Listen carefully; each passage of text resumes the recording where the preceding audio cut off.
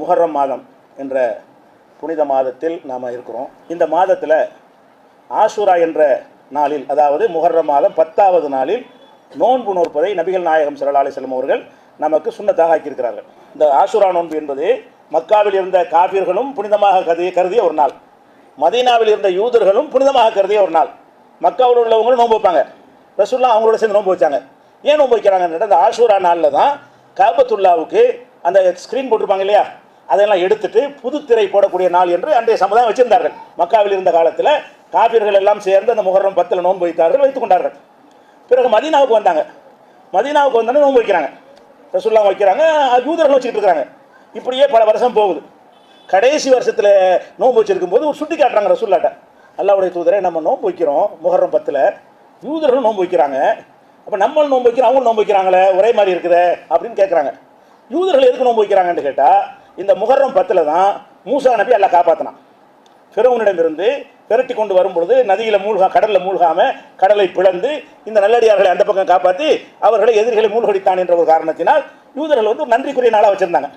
அப்போ யூதர்கள் என்ன செய்கிறாங்கன்னா, மூசா நபியை காப்பாற்றின ஒரு நாள், அதுக்காக நாங்கள் நோன்பு வைக்கிறோம் அப்படிங்கிறாங்க. அப்போ ரசூலுல்லாஹ் சொல்கிறாங்க, மூசா நபியை மதிக்கிறதுல உங்களை விட நாங்கள் கூட்டின ஆளுங்க. மூசா நபியை காப்பாற்றியதற்காக நன்றி செலுத்த வேண்டும் என்று சொன்னால் நீங்கள் மூசா நபி பின்பற்றாளர்கள் கிடையாது, நாங்கள் அவர் சொன்ன தௌஹீதை பின்பற்றாளுங்க. அதனால மூசா நபிக்கு நாங்கள் தான் தகுதியானவர்கள் என்று சொல்லிவிட்டு ரசூல் ஸல்லல்லாஹு அலைஹி வஸல்லம் என்ன செய்கிறாங்கன்னு கேட்டால், அடுத்த வருடம் நான் உயிரோடு இருந்தால் 9வது நாளும் சேர்த்து நோன்பு வைப்பேன் அப்படிங்கிற கடைசி வருஷம் சொல்கிறாங்க. அது வரைக்கும் ஒரு நோன்பு தான் வச்சாங்க. முஹர்ரம் மாதத்தில் 10வது நாள் மட்டும்தான் நோன்பு வச்சுட்டு வந்தாங்க. கடைசி வருஷத்தில் தான் எல்லா யூதர்களுக்கு மாற்றஞ்சேன்னு சொல்கிறீங்களே, நீங்கள் வைக்கிற மாதிரி அவங்களும் வைக்கிறாங்களே, மாற்றமாக இல்லையே, ஒரே மாதிரியாக இருக்குதுன்னு சுட்டி காட்டும் பொழுது ரசூல் ஸல்லல்லாஹு அலைஹி வஸல்லம் சொல்கிறாங்க, ஆமாம் அடுத்த வருஷம் நான் இருப்பேனே, ஆனால் நான் 9 சேர்த்து வைப்பேன், மாற்றமாகிடும். நீ 1 வச்சா நான் 2 வைப்பேன், நீ 10ஆம் நாள் நோன்பு வைத்தாயானால் நான் 9, 10 வைப்பேன் என்று ரசூல் ஸல்லல்லாஹு அலைஹி வஸல்லம் சொன்னாங்க.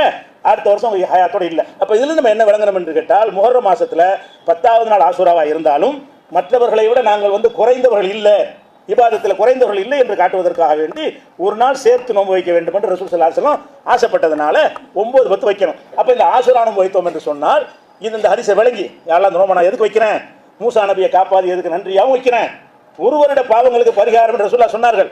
என்னுடைய ஒரு வருடத்தில் கடந்த ஓராண்டில் என்னிடத்தில் பாவங்கள் ஏதாவது இருந்து உன்னால் மன்னிக்கப்படாமல் இருந்தால் அதை பரிகாரம் ஆக்கு என்ற நீயத்தோடு இந்த நோன்பை வைத்தோம் என்று சொன்னால் கடந்த ஒரு வருடத்தில் நம்ம செஞ்ச தவறுகள் பாவங்களுக்கெல்லாம் இது பரிகாரம் ஆயிரும்.